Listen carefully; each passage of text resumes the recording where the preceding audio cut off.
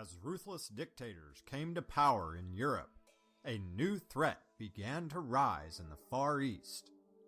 How and why did Japan emerge as a military power during the 1920s and 1930s? For much of its history, warriors had been the most respected members of Japanese society. The samurai were the highest social class, and their devotion to the emperor was unquestioned. However, over time, this tradition had broken down, and by the 1920s, democratic principles had taken hold in Japanese life. Japan experienced great economic success in the 1920s, and the victories of the Democratic Allies in World War I led many to believe that democracy was the wave of the future. This changed with the onset of the Great Depression in 1929. Japan, with very limited resources, was devastated by the Great Depression. The economic prosperity the island nation had experienced depended heavily on foreign trade, with Japan exporting luxury items such as silk in exchange for essential products like coal and oil. When the world economy collapsed, Japan's silk market crashed. With millions of Japanese facing starvation, ambitious nationalists claimed that the embracement of Western values had caused the enormous levels of suffering.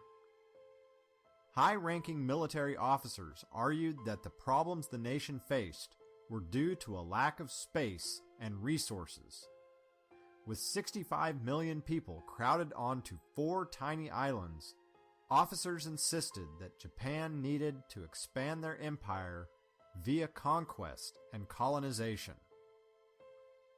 From their bases in Korea, Japan hoped to expand into a section of China known as Manchuria, arguing that the region had everything that Japan needed. Manchuria offered land for farming, room to colonize, and a rich array of resources. In 1931, a bomb planted by Japanese soldiers destroyed a section of a Japanese-controlled railway in Manchuria. Japan presented it to the world as an unprovoked attack by the Chinese army, and Japanese troops flooded into Manchuria. Within a matter of months, Manchuria became a protectorate of Japan.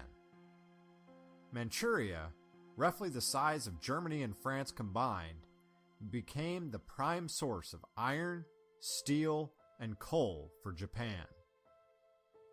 After their success in Manchuria, military leaders increased their influence and control over Japanese society. They assassinated 2 prime ministers, arrested government officials, and imposed harsh censorship. They used the schools and the media to present propaganda on behalf of the new government. In 1937, Japan invaded China proper, capturing several major cities. China, the world's most populated country, seemed helpless to stop the Japanese advances. The League of Nations, aware of Japan's immense brutality in China, offered little support to Chinese requests for assistance. When the Japanese delegate to the League was asked to explain the actions of his nation, he called the French and British hypocrites, noting that their countries had been the first to acquire interest in China. Following this exchange, Japan walked out of the League of Nations. Meanwhile, Japan's stunning successes in China firmly established the military's influence over the emperor and his government.